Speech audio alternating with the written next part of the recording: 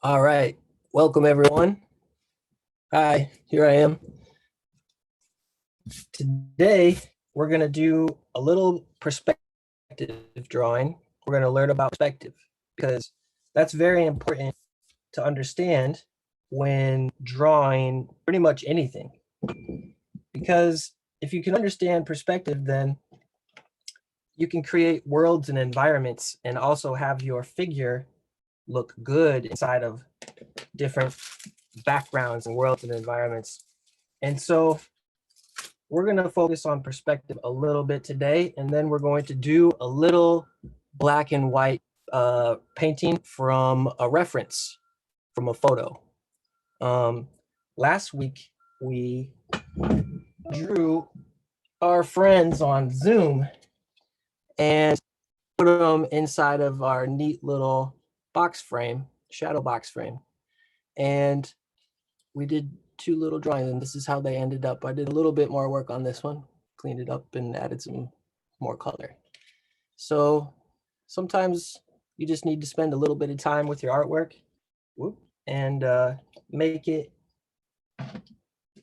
change it, mold it, shape it, however you want it. So let's get started today. Today, I need to use a straight edge. So if you don't have a straight edge, you have to kind of get creative and find one. You could use a box or even like the side of take off the side of one. So that's what I'm gonna do right now. I'm gonna make my own little straight edge. And it doesn't have to be perfectly straight, but obviously the straighter the better.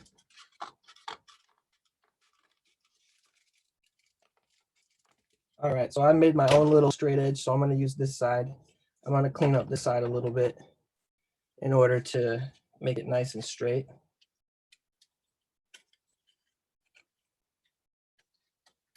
And, if you have your own ruler, that's good, but forces you to be creative. All right, so we're gonna need to understand how to draw a three-dimensional box.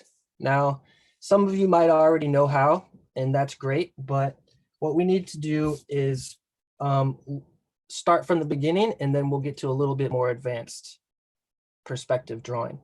So to draw a 3D box, you all know, you have to draw a box first. So those sides need to be equal. So we have to, let's figure out where this perfect box is. So I need to have this side, all the sides be equal. So that's pretty close. Like I said, it doesn't have to be absolutely perfect. All right, so we have a box. Now all you have to do is draw 3 lines. 1, 2, 3. And all these lines are on the corner of this box, but not this one. Not this one unless it's see-through. If the box is see-through, then you can see this line. But if it's not, then you can't. So let's imagine this box is not see-through, that it's opaque, that it's solid, it's a cube. So we're drawing a cube, turning this 2-dimensional square into a 3-dimensional cube. So all of these lines are going the same angle, right? They're all going in the same direction, which is this way. And they're all the same size. If they were a different size, it would throw off the dimensionality of the box. So we want to keep these the same size. And then all you have to do is connect the dots. And now we have a cube, a 3-dimensional box. And if it was see-through, right, then we could add this 4th angle and then connect that to all the inside angles. And now we can see through our box, and it looks like we drew a little ice cube, right? So if you look at the perspective now, we could have our box be, if we shade it, we can have it look like it's going this way or this way, right? We can have it go back in space like this, or we can have it go back in space like this. And since I originally started that way, I'm going to erase this. And now you can sort of see the shadow, a translucent shadow of what's inside. I'm going to shade the bottom. Let's say the light is coming from here, from this side here. If this is the sun and the light shining down, there's going to be, the light is going to hit the top of the cube, which is here. And the side of the cube, the light won't be as direct, right? So it'll be slightly darker. So we can just shade that in very slightly. But now, since we can see the underside of this cube, this side will be cast in shadow. So we're going to make this side the darkest because the least amount of light is hitting this corner, this side of our cube. All right, so now we're understanding how light hits a three-dimensional object. Okay, so if we look at how light affects this little bottle here, we can see that there's a highlight here. The light's coming, most light is coming from this side. And it's casting a shadow on this side. You can even see it more clearly when I put it on this. Look at the shadow that it casts, right? So if we look at how light hits objects, then we can learn to see how to draw those objects, not just by line, but by value, right? So we're learning, we're still focused on value. We still want to focus on the light and the dark, right? We want to train our eye to see the difference in tonal value in when light interacts with an object, right? So we're going to start with this cube, and this cube is also going to help us learn perspective. So let's say we draw two more boxes. So I'm going to get my handy little ruler that I made, and I think that box is going to be right about here. That looks good. So now I'm just going to connect it. All right, now I'm going to draw one more down here. So 3 boxes in a row.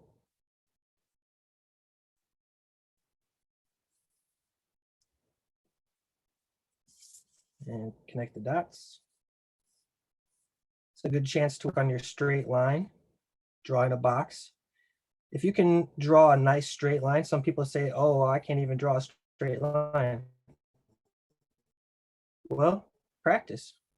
All right, so we have 3 boxes. This one looks like it's up in the air, right? We can see the underside of it.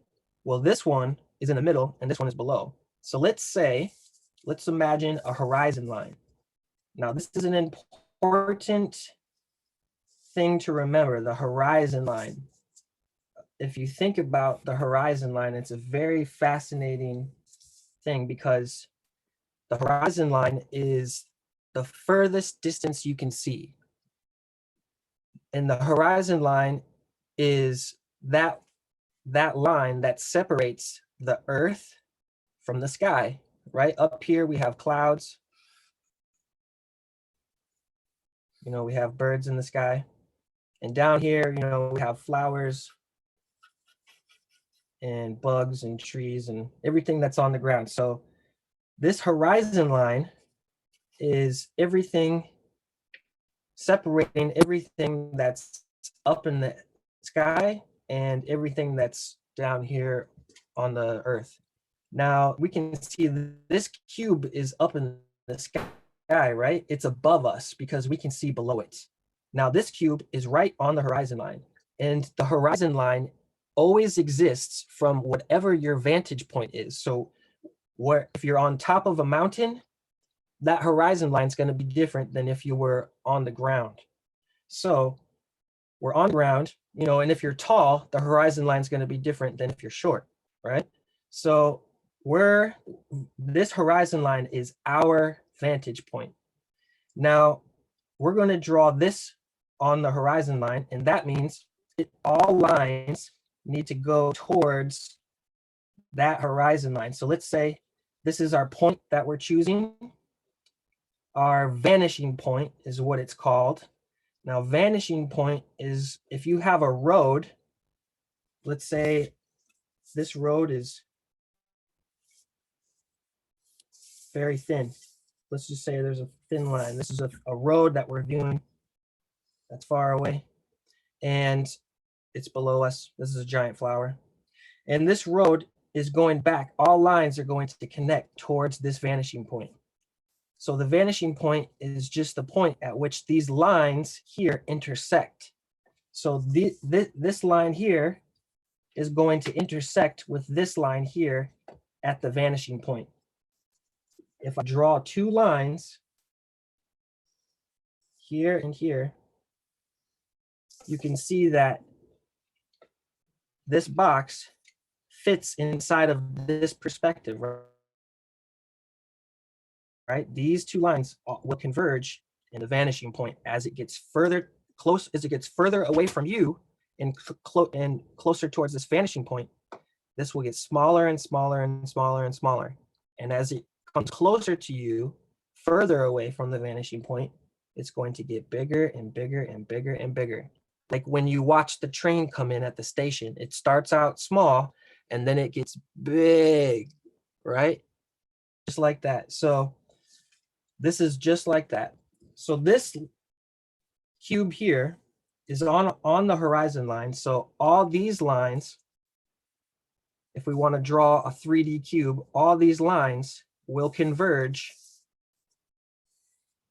on this vanishing point. And now we can choose where to end it. So I can end that cube here and then erase this line and put in my horizon line again. And I can see this is a nice three-dimensional cube that fits inside of this world that I've created, where this is the horizon line and this is the vanishing point. And these lines all converge towards the vanishing point. And now if the sun is shining, that sun will again hit this well, this will actually be darker than this side, right? We forgot to shade this side. The back of the cube will also be in shadow.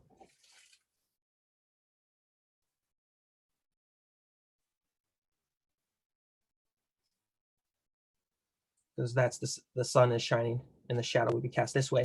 So this side here will actually be a little bit lighter, just a little bit. There, now that's accurate. Okay, so now we know that the sun is shining down here. The top will have the most light, right? But we don't really see that from this vantage point where this box is on the horizon line. So we know that this side will be the most in the most shadow. So the most shadow will be cast on this side of the box of the cube. So we'll shade that in. And if we could see the underside of this box, we know that it would be the darkest beneath, but we can't see that from this vantage point. So we know that this will be slightly shaded, but not as dark as this side. All right. We can make this just even a little bit darker. And I'm using charcoal again, you guys. You can use you could use pencil or pen or marker or paint. As long as you can draw a straight line, then that will be the best thing. You just have to be able to draw the straight line. If you can paint a straight line, that's good practice too. All right, so now if we come down to this box, since this box is below, we're going to see the top side of this box. So I'm actually going to move it down a little bit just to give us a little more room. So this is why drawing with charcoal is so nice. You can just rub it away. Not as easy to do with a pencil or paint. but that's why we're doing it with this. All right, so I move my box down slightly because we're gonna see the top of this box. Now, if we use our ruler and connect these corners, these 3 corners, to the vanishing point. There's one, here's the other, and this one. All right, so you can see these lines all converging on the vanishing point that I have chosen. The vanishing point could be over here, it could be here. You could actually have multiple vanishing points, right?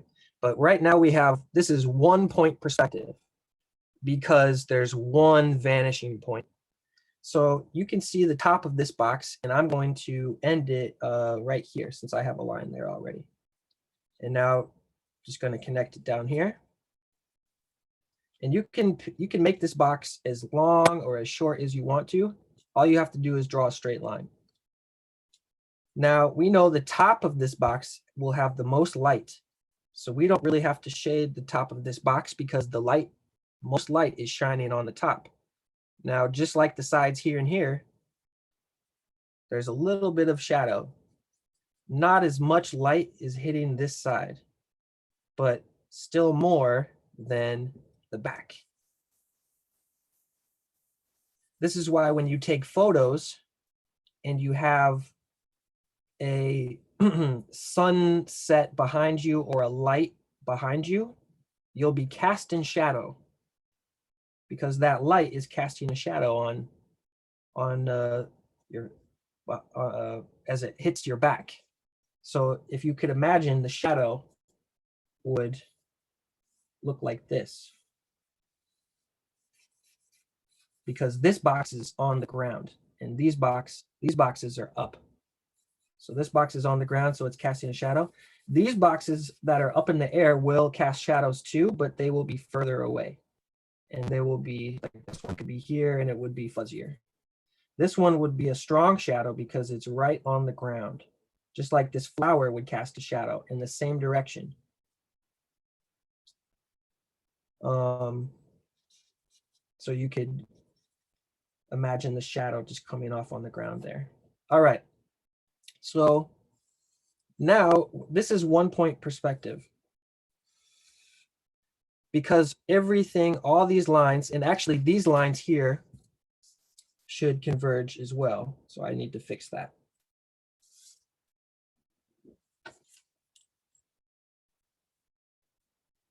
So every line that's at an angle will have to connect to the vanishing point if it's a 3-dimensional box.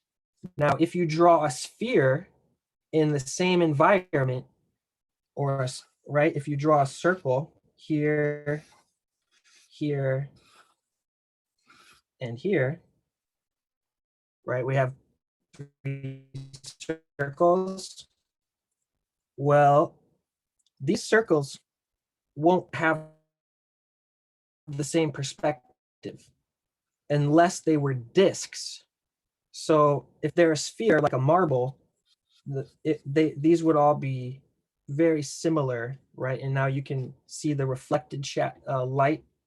If this marble was on the ground, it would cast a shadow like this, right? And this is kind of a disc shape.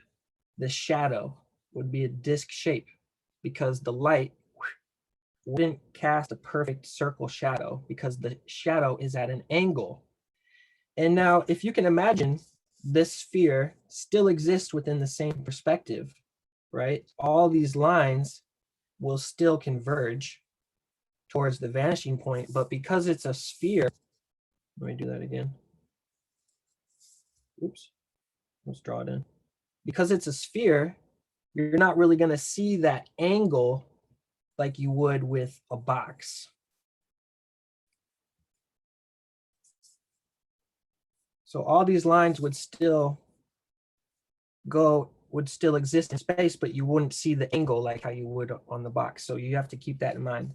And here's like a quick, easy way to kind of shade a sphere or a marble. You can just kind of, it's darkest towards the bottom, but because of the reflected light, you'll still see some of that light on the underside.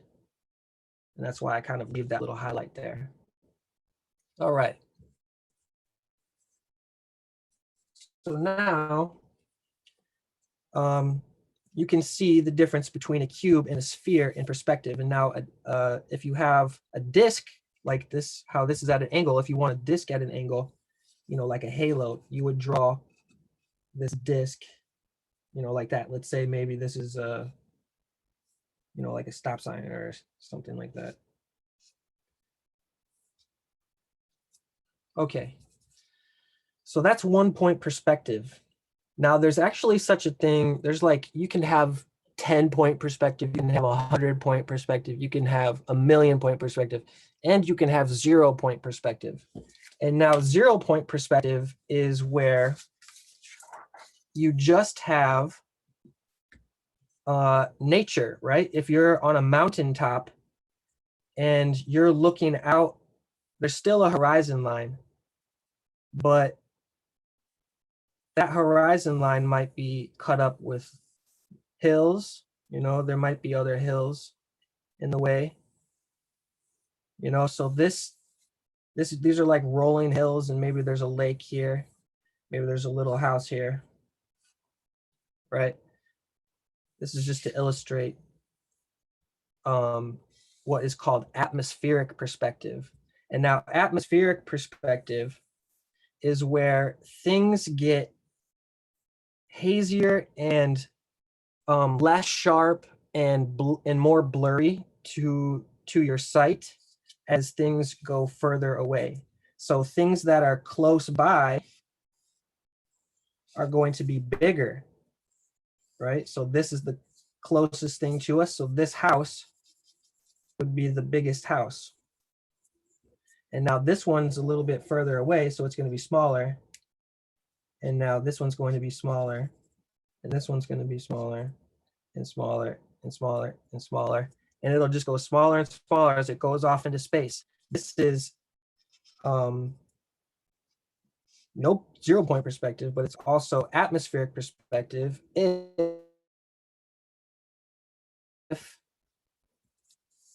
for instance, this hill would be the most vibrant and colorful, or you could paint it as in shadow, as I'm doing.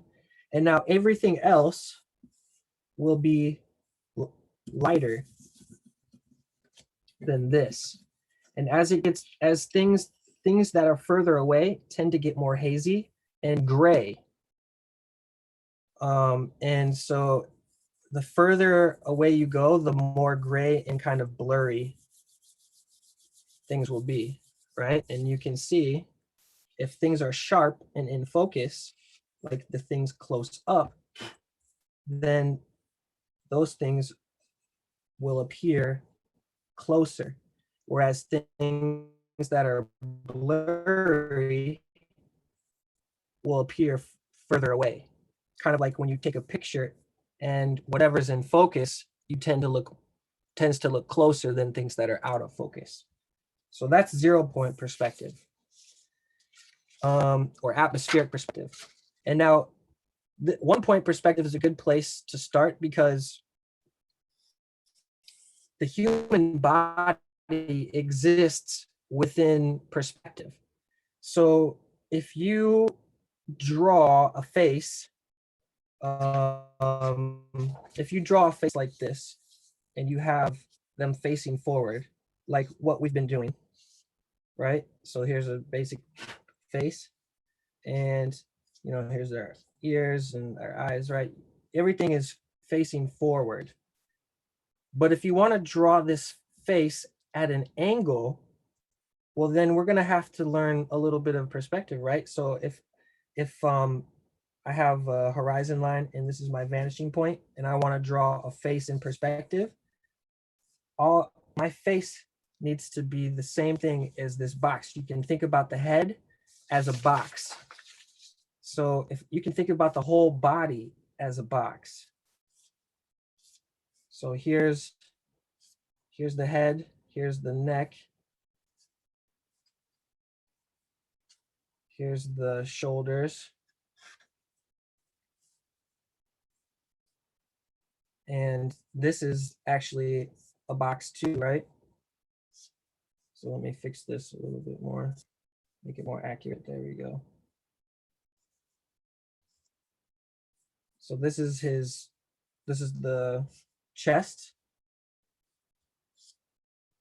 And now if I think about my vanishing point, I want all these lines to actually converge to this vanishing point. So this will be the waist. And the legs will come out from here. And the legs you can think about as squares as well if you need to. Well, it helps to think about them as that, because then you can think about what side will be cast in shadow. Well, this side. Because if the light's coming from here, all the shadow will be here. So let me finish the leg so you can see. So here's the knee. Then this will be the lower leg, and I'm running off the page, so I'll extend it. Can you all see that? Yes. All right. So this is the shadow side. And here's and if you remember proportions, this is the same as this, which is the same as this, right? So you have to remember those proportions. Don't forget those. But we're thinking about those proportions in a new way. We're thinking about, instead of circles and spheres, we're thinking about it as squares. We're cubing out the body. We're making it cubed. So all these lines should all converge to the vanishing point. And then here's the foot, and the foot's kind of a triangle. So if you can think about it like that, this side is actually in shadow. So it's kind of a triangle. And then remember, all lines converge. So we know that that line's going to converge there. This line's going to converge here. So look at all of these lines connect to that vanishing point. And I'm going to finish the other leg. I'm going to draw this leg coming out just to give them some movement instead of just being a robot. But we still want to think about it as a cube. And remember, this is going to be equal. So measure, don't forget your proportion. And this side would be more in shadow. And this is where the chest would be here. You can divide the body in half. You know, this is the face here. Remember, there are guidelines for the face. And now I'm going to draw the knee and then the lower part of the leg. And remember, we have to measure. So this would be the same as this, and I'll have his leg come in, you know, out like he's walking. So I'm going to measure again. It's going to come down to here. See that line? And now I can draw this leg. And remember, all lines will converge towards that vanishing point. And this side will be in shadow. All right, so our guy here doesn't have any arms, so we got to give him some arms. So this will connect here. And I know that the end of the foot will have to converge to that vanishing point. All right, so shading here. All right, so you can see our guy, our 3D dude, is really looking good inside of this world, right? You can already see the space that exists, that he's existing in, just from all of these lines, right?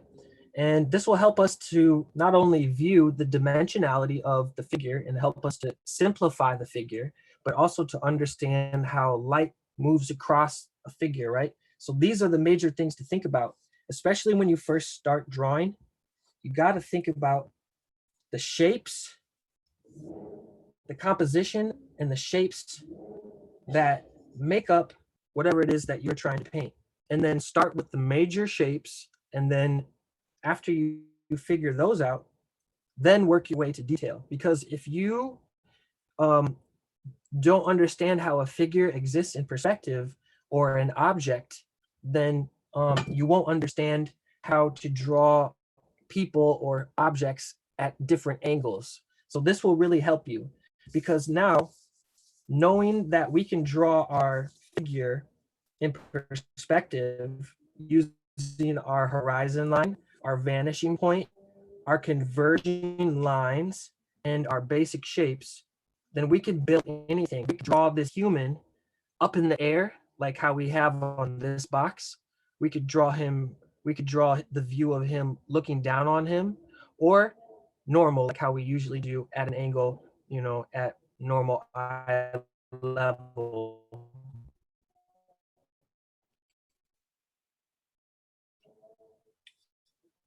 Okay, so let's finish drawing his arms and then we'll start in a little. All right, so I'm gonna finish his arms. Now I'm gonna draw one of his arms going back and one coming forward. So I'm going to draw this box, and now I know the basically the arm is whatever the length of the shoulder and the bicep is.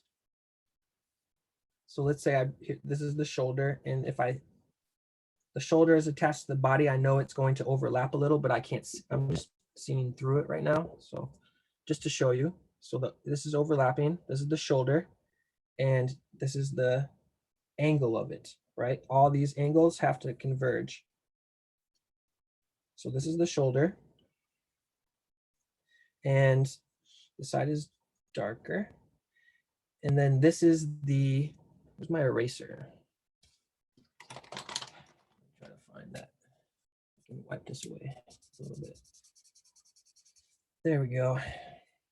All right, so there's the shoulder. Now here's the bicep. The shoulder and the bicep are the same distance as the forearm from the wrist to the elbow. So I'm gonna draw my shoulder and bicep and think about them as boxes,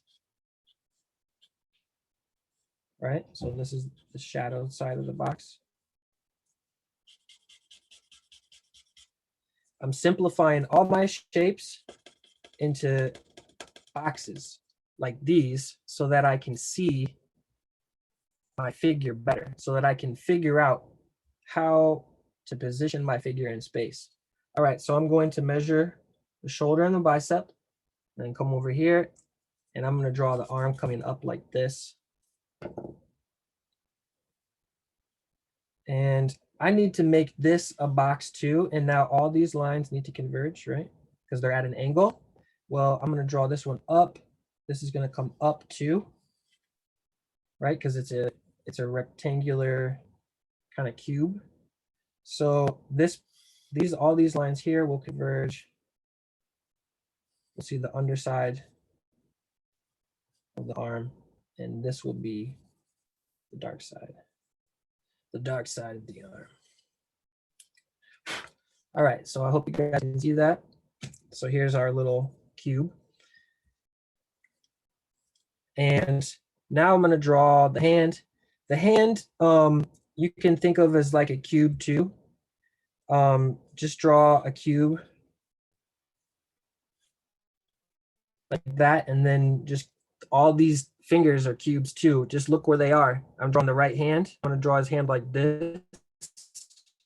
So here's one cube, or you could even break up the little digits into cubes. See, you're just learning how to break up things into simplified things so that you can perceive them and draw them better. So I'm gonna draw a little cube for the thumb. Here's a cube for the fingers. And I'm just I like to draw hands, you know, a certain way. I'm just gonna kind of blaze through that just to make it quick. Sometimes I draw a mitten, you know, like you could draw a little glove, like a little mitten with the thumb, and then you could even just connect everything, and then you have this little mitten that you can turn into individual digits. All right.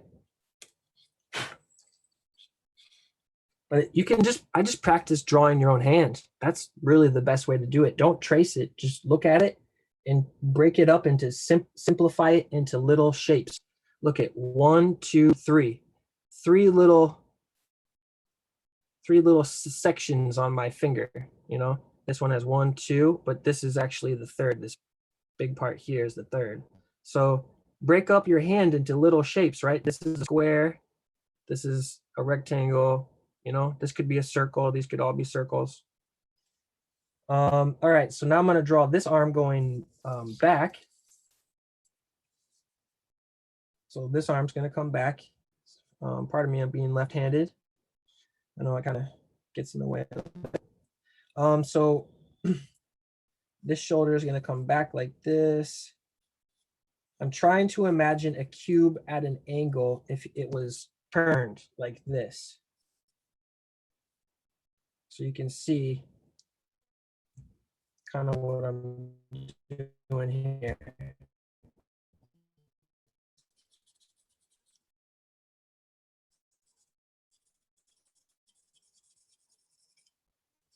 An angle.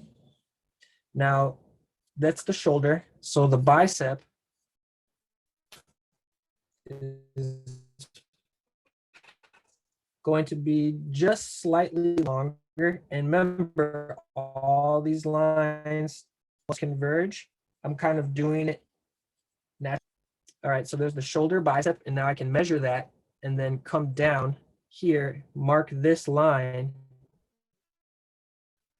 because I know that this, the shoulder and bicep is the same length as the forearm. Draw. Oops. And now this stuff, you know, if you have already done it, good, great, grand, good for you. But if you haven't done this, you really need to, because it will only improve your understanding of the world, really, and especially how to draw that world. All right, so all these lines converge, right? Make sure we're doing that. I'm going to draw the cube for the hand, right? Because we're simplifying. We're breaking up the palm of the hand into a cube, of which this side is the darkest. And now I can even erase out the thumb. And now the thumb is 2 sections, right? 1, 2. So you can go 1, 2, like that. And you can think about it as 2 different sections. And now I'm going to draw, you could do 1, 2, and there's even 3, but really it's kind of just 1, 2, where the knuckle, or this part of the knuckle, and then that side of the knuckle. So you can draw 1, 2, 1, 2. See how I did that? All lines must converge. And it thins out at the fingertip. So you can see we just drew the hand based off of simplifying it into simple cube-like shapes. And we can refine those later. So let me kind of bring that closer so you can see the hand action I got going on and how those lines are converging. And you can see the object in space. It's all important. It's really, really important to learn this. Now, this is kind of advanced stuff. You know, not everyone can easily grasp perspective, but with practice, you'll start to see more. You just have to keep practicing. And if this is hard, then go back to drawing these cubes. Go back to figuring out how to draw these 3D boxes and understanding the shadow and light and how it affects the objects in space. Okay, so this is good. We drew our 3D dude, and you know, we could work on it more and then start defining facial features. So here's the eyes, you know, the nose, the mouth. And then we could start to shape it. You see, we're seeing the underside of the chin, which would be in shadow. We can start to shape it. And add in more detail and making it look more like a regular human head. You know, I could erase some of these away, you know, erase the guidelines. You know, start adding clothes and other features to make him look more real, or like the character that you're trying to portray. See, I can just kind of smear it away, and my figure is nearly done. And if you draw the shapes, it almost, and you know the proportions, the figure almost draws itself for you. And you see, I wasn't using any reference to draw this. I can just draw it from my head because I know the proportion and I know the shapes that to make the body. And I know perspective and how to put those shapes in perspective, right? Just like what we did here with these boxes. So that's all important. And if you can understand perspective, then you can really advance your drawing. Great. All right, so this was a nice little exercise. What I wanted to do now was, let's see my hands, do a little painting from reference. And now I do have black paint, but I also have this charcoal, and I've been kind of wanting to test out the charcoal as a paint, right? And if you don't have black paint, remember I was saying, or if you don't have charcoal, you could just burn a stick, and if you kind of char that stick, you could use charcoal, you know, you grind it up. And I think if I add my binder of glue, I have a nice little bottle of Elmer's glue, and I'm thinking that might make an interesting paint. So I'm gonna try that just to see what will happen, because we've been painting with all sorts of things, and I figured why not just keep it going, get creative, and see what we can invent. Now I'm just grinding it up with the back of a marker. You know, you could use whatever you got. You could use your hands even. But I want to grind it into as fine powder as I can. So I really want to get in there and smush it up. Really get those big chunks. Fine powder. The finer the powder, the better. You can do this in a bowl, in a ceramic bowl, or in a jar. You know, if you have a mortar and pestle, that's great. That will help speed things up.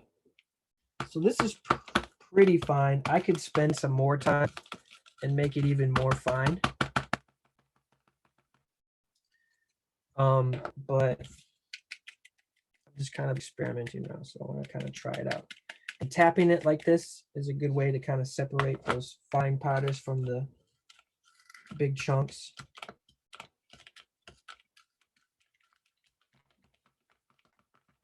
All right, so that's good. So I'm going to take my glue. I'm just going to add it straight to the mixture, and that kind of came out fast. I was going to add it slower, but let's just see what happens. So I'm going to mix the charcoal in with the glue. And now the glue looks white right now, so it's going to turn kind of gray. But when the glue dries, it gets very clear. Ooh, and now it's really turning dark. Nice.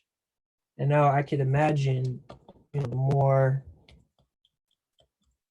you mix, maybe the darker it'll get. or just the more paint you'll have. Either way, it's going to make an interesting looking kind of graphite gray black. It's not exactly black. Maybe when it dries, it will be. Let's test it out. All right, so I'm just going to, whoop, we got a drip. I'm just going to just try painting a little. It's very thick right now.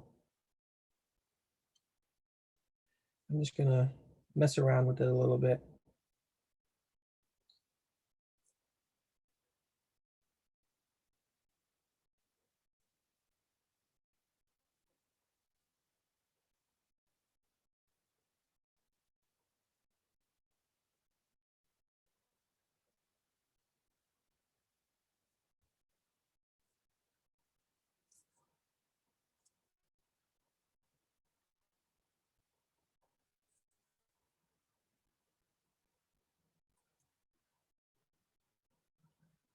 It's fun. It's nice. It's interesting. I recommend it. You know, you don't even have to use glue. You could just mix up your graphite and you could add water to your graphite and use it like a watercolor. I'm just kind of testing it with the glue because I've been having a lot of fun with this glue paint. And you can really build up some nice layers with it. Let me see if we can fix that.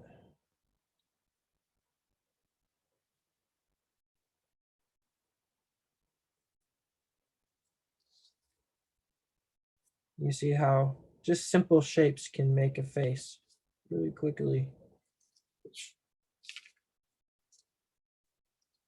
My eyebrows. And you can see as it's starting, my brush is starting to lose the pigment. It starts to gray. So the more, obviously, the more pigment you have on your brush, the more, the thinner it'll be, the more thick it'll be. The less pigment, the more thin. And now I'm going to add just a little bit of water just to kind of check out the watercolor effect that it'll do. It'll kind of thin the paint. And I can create a shadow by thinning the paint like that.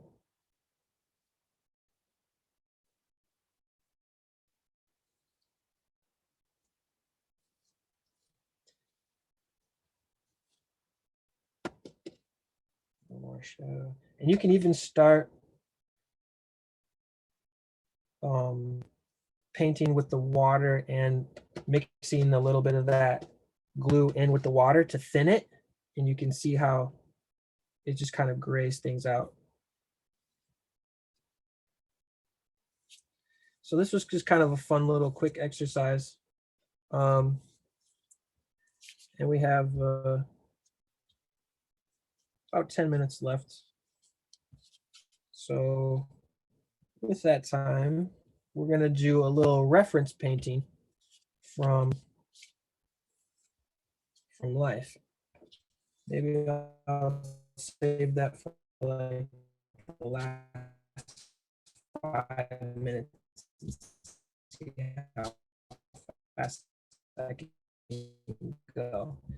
Sometimes doing like these little speed paintings like this and just seeing what happens just allows you to just kind of think and just go with it and just see what happens.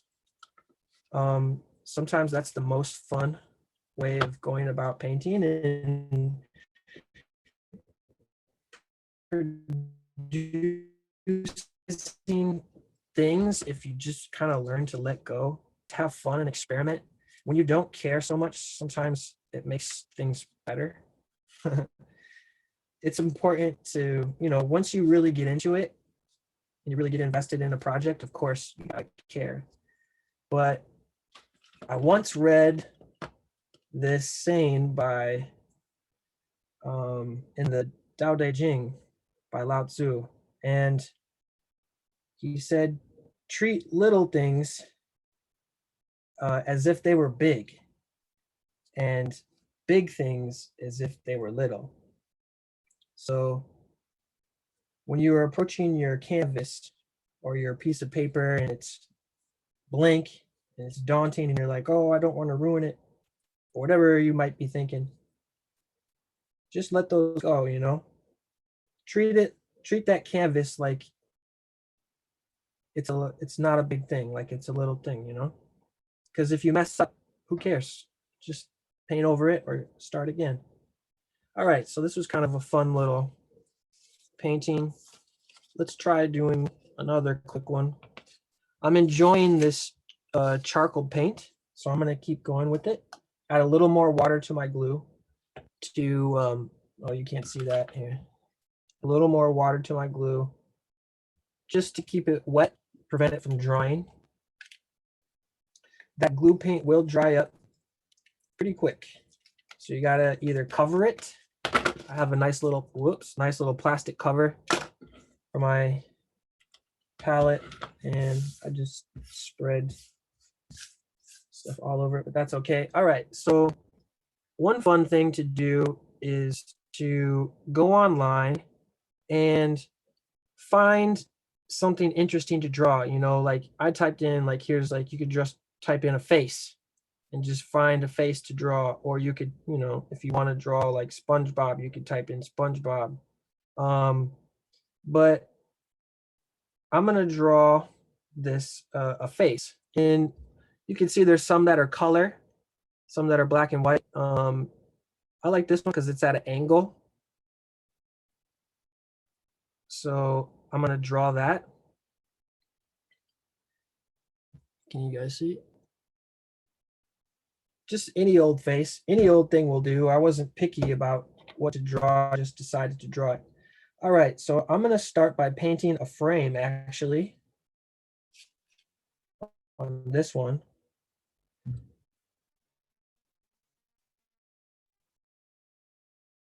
Just to kind of an area that I want to fit this face inside of, because you can see it's framed within setting up our composition, our frame. Sometimes the frame helps you see your area, your drawing area better. I'm gonna move this here just because it looks better. All right. So I'm taking your areas and stop right here, and I see the shape of the profile, and I'm gonna try to mimic the shape of that profile with my brush. And now I know it's not gonna start off perfect, but I'm gonna try to get there. I'm gonna do the nose. That curves up into a lip.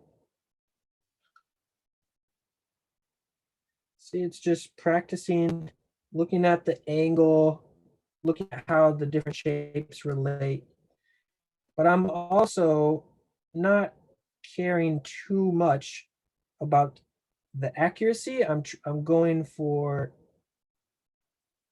I'm just kind of learning. I mean, it's good if you're accurate. That's nice, but it's gonna translate a little bit naturally because you're drawing it with your hand.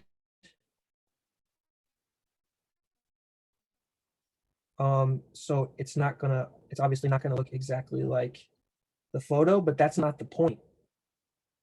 The point of drawing someone or something isn't necessarily to make it look exactly like them. Like if you look at a portrait by Picasso, ooh, there was blue on my hand. If you look at a portrait by Picasso, you'll see that he will paint a portrait of someone, but it won't look like that person, right? It'll be abstracted. And that's because he put a lot of himself into the portraits of people that he would draw. And now I'm just kind of going to shade this whole side here because I know that the hair is going there. I'm just coloring in this hair. The shape of it, right? I'm looking at the shape of it.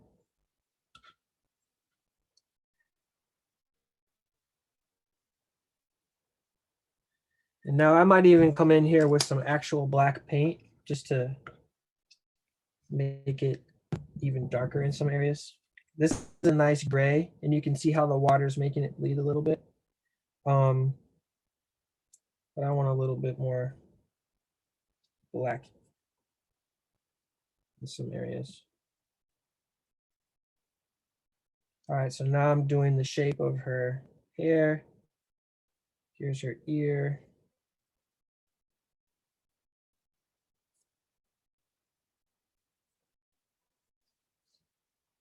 All right.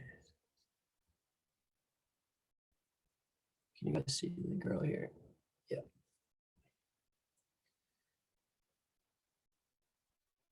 Now, if you squint your eyes, remember, if you squint your eyes, you see the values better.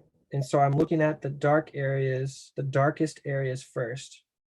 And here's the eye. I'm using a rather big brush, but that's okay.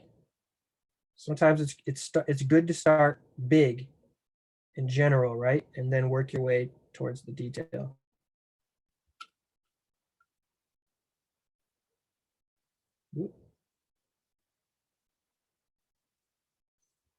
And yeah, that works. You can just kind of wipe away sometimes things that you don't want. I'm going to go ahead and outline this like that.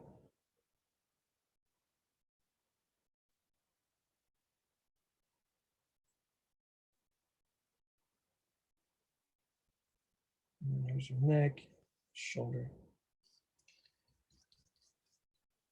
This paper was kind of wet. That's why the lip's bleeding, but it's okay. I can fix that. And see, now I'm just kind of bringing this figure out a little bit by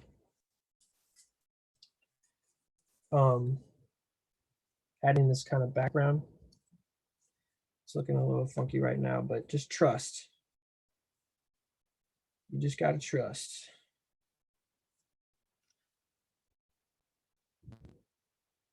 Trust the process. Trust your hand, even when things are looking ugly. Just hang in there and work through it, you know? All right, so now I'm gonna get another brush and I'm gonna start adding some white. And I don't really have a powder or anything to make white with, so I'm just going to use this paint that I have, which I kind of watered down a little.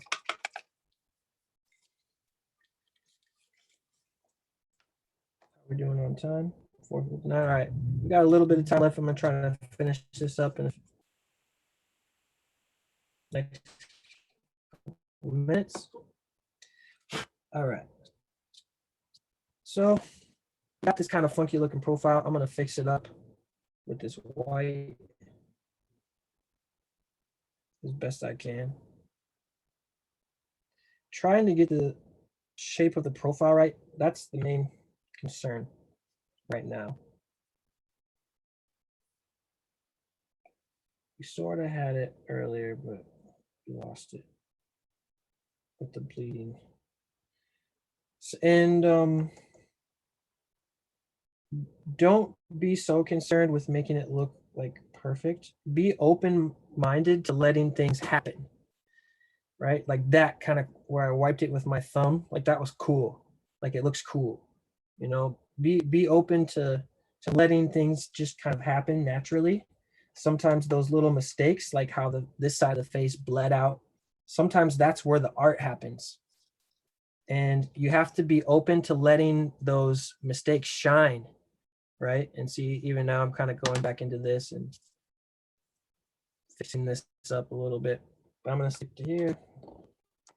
You have to be open-minded about how you're painting, because some people say, oh, I can't draw, you know, I can't draw. But sometimes the people that say they can't draw are actually the best artists. They just don't know it, because maybe they have a certain idea of what art is supposed to look like. And they might have a conception in their head of what they want their art to look like. And when you draw, it doesn't look like what they want it to. Well, that just shows a couple of things. It shows, one, if it's not looking like what you want it to, then you need to practice. And with enough practice, you'll be able to accomplish drawing someone's portrait and making it look like them. And making it look realistic. But sometimes what my dad used to say, actually, is that if you don't allow for spontaneity or mistakes in your artwork, if you don't allow yourself to be open to seeing new ways of creating or new new inspiring being open to inspiration from even mistakes, if you don't allow spontaneity in your work, and if you're just too focused on making it look real or making it look a certain way, in other words, if you force a painting too much or a work of art, then you can see that, right? And it won't look it won't have that same energy. So my dad used to say, if you don't allow for that spontaneity in your work, then it's dead, right? It's like going to see a butterfly in the museum. It's beautiful there in the display case, but it's dead, right? It's pinned to the case. It's not alive. How much more beautiful would that butterfly be in nature? In its natural environment. And so what that means is we have to allow our natural hand to shine through. And that doesn't mean don't learn new things, but it means allow mistakes to happen, allow things to shape themselves. And when you do that, then you might find yourself tapping into a side of yourself that you never knew existed. See, this is cool. Now it resembles this person. It's not exactly like this person. It resembles them. But I love how kind of funky this is and how kind of fluid it is. And these are great studies. These black and white studies are great places to start because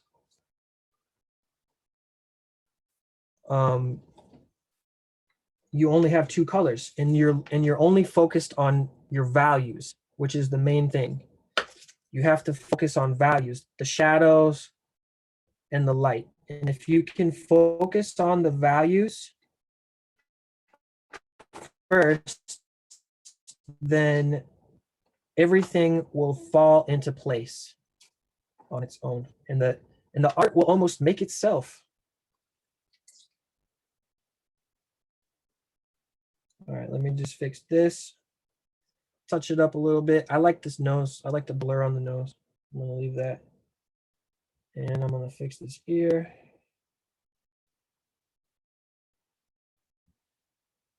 All right, I just want to thank everyone for joining in with us today. I want to thank Patrick Scarice, Patrick, our guy here, helping us make this happen. And just thank you all the viewers that tune in and help make this channel what it is. So thanks again. I hope you guys are enjoying these. I know I am. I'm having lots of fun doing these, having fun painting with you guys. All right, finishing up now. I could work on this even longer, but we're gonna call it. And I hope you guys enjoyed your perspective lesson, your portrait lesson. We painted with charcoal. We did a lot today. So, all right, have fun, you guys. Enjoy your day. It's beautiful, and have fun. All right. Thanks for joining us. Bye.